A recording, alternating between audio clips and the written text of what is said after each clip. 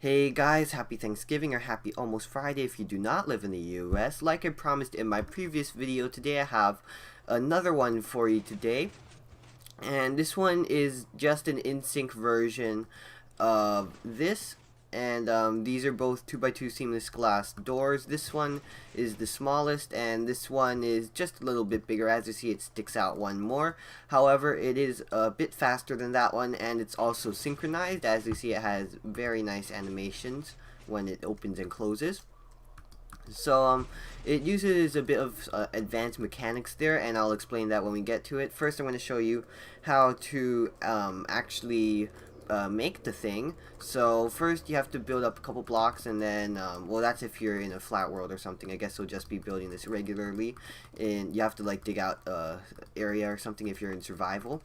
So you have the exact same major piston placement as the previous design, just like that, and then more double piston extenders over here, and then those are just pushing glass. Over here you're going to want to have one last sticky piston, and that's it. So exact same on like this furthest end, I guess. I don't know how to describe it. On the input end, you're gonna need a hopper. There we go. So have a block there, a repeater there, and then a dust, and then a repeater on 2, and then a block there, and then after that the similarities end.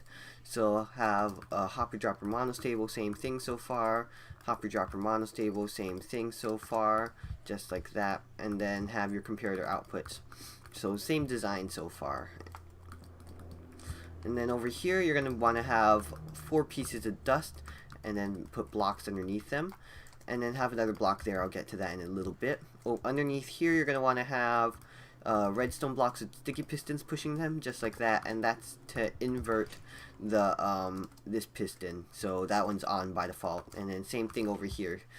And then you're gonna also want to have a hopper dropper monostable sort of thing here, and then this is also going to require comparator outputs. You're gonna need a repeater, and then a piece of dust, and another piece of dust, and then a block. And then you're also going to need to grab a detector rail, and then have a sticky piston there, put blocks underneath where the detector rail would go, and then just put the detector rail on that block. On this side, you're just going to do the exact same thing you did on the other side, perfectly symmetrical, just like the previous design. Have a repeater there, a dust there, a repeater on 2, and a block there. Then you're going to want to grab a hopper, have a dropper there, hopper dropper monostable, have a comparator here, and then 2 comparators here. Have a dropper here and the hopper here, and that's it for that side, except we need to have the 4 pieces of dust, and then the redstone blocks underneath, just like there, and just like here. Have one final hopper dropper monostable, and then of course you need comparator outputs for that as well. And then finally you do the cool little detector rail thing over here.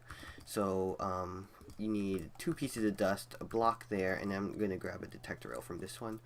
Have a torch there, and then a sticky piston there, blocks underneath that, and a detector rail. So as you see right now, it is working perfectly fine.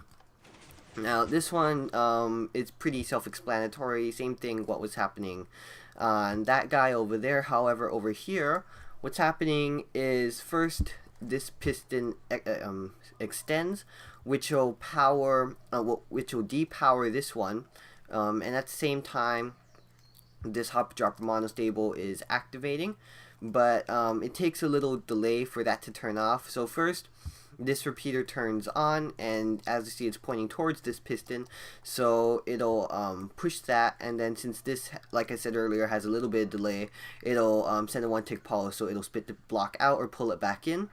And then when this comparator turns on, this piston has retracted because of this torch over here, and right then that's going to be butting it. So when this comparator turns on, this guy is going to be like, hey, I'm supposed to not extend, so it'll retract.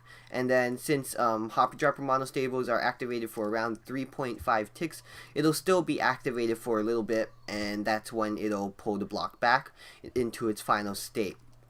So I hope you guys enjoyed. This is a little bit of a quick video, rather.